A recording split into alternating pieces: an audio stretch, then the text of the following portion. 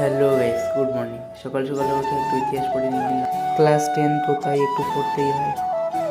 সে হোক না মানুষ দেখানো পড়া, কিন্তু একটু পড়তেই তো হয় না। তারপরে এই রোদ্দুরে চলে আসি টমেটো খেতে, টমেটো খাওয়ার জন্য।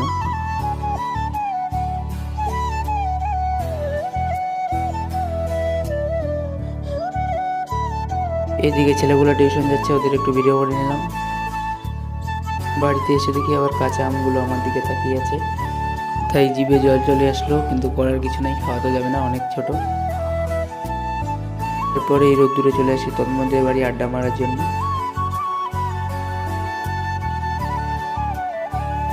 বিকালবেলা একটু ক্রিকেট খেলতে আসি, তো এখানে ক্রিকেট খেলা শেষ হয়ে গেল। সন্ধ্যায় টিউশন যাওয়ার পথে একটা স্টিক নিয়ে নিই হাতে।